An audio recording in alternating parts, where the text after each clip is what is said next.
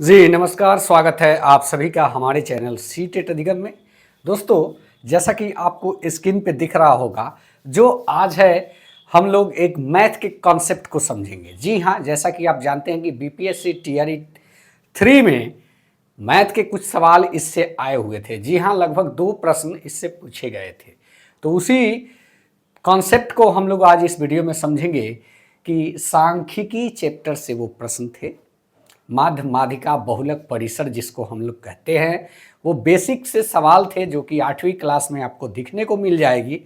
तो उसी के बारे में समझेंगे, क्योंकि कुछ ना कुछ उसमें अभ्यर्थी गलती किए हैं। देखिए, इसमें गलती होता है, माध्य माध्यिका बहुलक क्या है इसको लोग ठीक ढंग से समझ नहीं पाते, इसी के लिए वो होता है। तो आज के इस वीडियो में हम लोग वही समझने वाले हैं कि आखिर माध्य क्या है, माध्यिका क्या है और बहुलक क्या है। तो आप लोग देख रहे होंगे कि यहाँ पे हमने कुछ अंकों को लिखा है, जिसके अकॉर्डिंग इस पूरे कॉन्सेप्ट, जो 4 कॉन्सेप्ट है, उसको हम समझाने वाले हैं। अब यहाँ आपको दिख रहा होगा डीएलएड एंट्रेंस परीक्षा कब तक संभव, ये चीज़ें बाद में डिस्कस करेंगे किसी और वीडियो में, लेकिन इसमें नहीं करेंगे। बोर्ड पे ये छूट गया है, ये कल से ही हमने लिख के रखा था कि इस वीडियो को हम लोग बनाएंगे, लेकिन आज पहले इस कॉन्सेप्ट को समझ ले कि माध्य माध्यिका बहुलक क्या होता है। तो देखिए, माध्य कहने का मतलब कि ये क्या हुआ, इसके बीच का चीज निकालने को ये कहता है माध्य। यानी कि ये कह रहा है कि ये जो अंक है, मान लीजिए कोई अंक दिया हुआ है ऐसे, और इसके माध्य यानी कि बीच का कौन सा होगा वही निकालने को कह रहा है।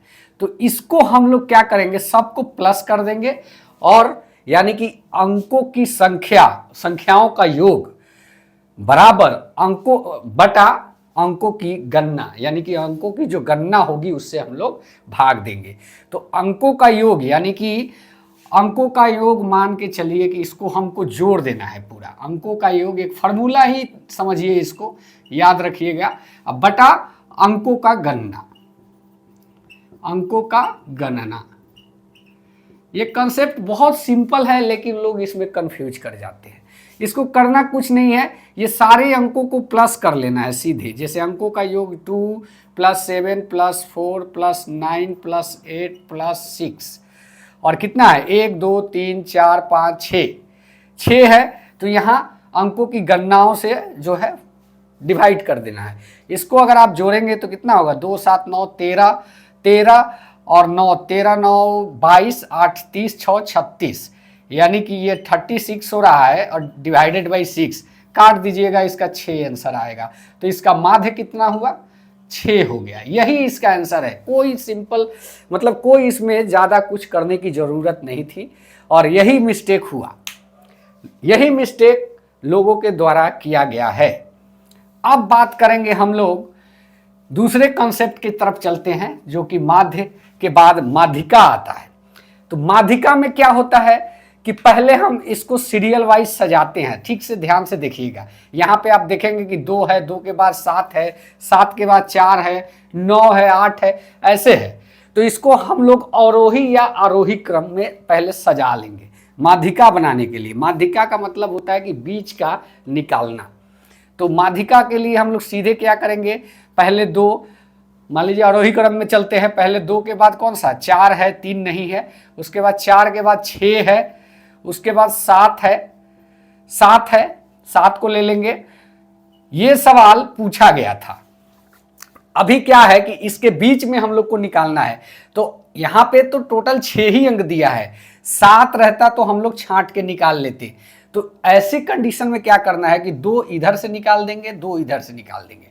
ये संख्या जो हो रही है 13, ये 13 6 + 7 को हम लोग जोड़ लेंगे, और यहाँ पे 13/2 कर देंगे, काटेंगे, 6.5 आएगा। यही हो गया इसका माध्यिका। माध्यिका बराबर 6.5, ये हो गया इसका आंसर। ये 2 कंसेप्ट हुए, इससे सवाल पूछा गया था। माध्यिका से जो है सवाल पूछा गया था। और बहुलक में कुछ नहीं करना होता।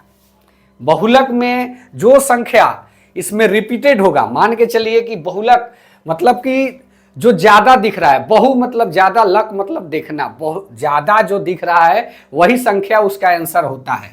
तो कहने का मतलब कि मान के चलिए कि यहाँ 1 2, यहाँ पे 5, यहाँ पे 6, यहाँ पे 8, यहाँ पे 1, यहाँ पे जो है 5, यहाँ पे जो है मान के चलिए 9, ऐसे संख्या दे दिया।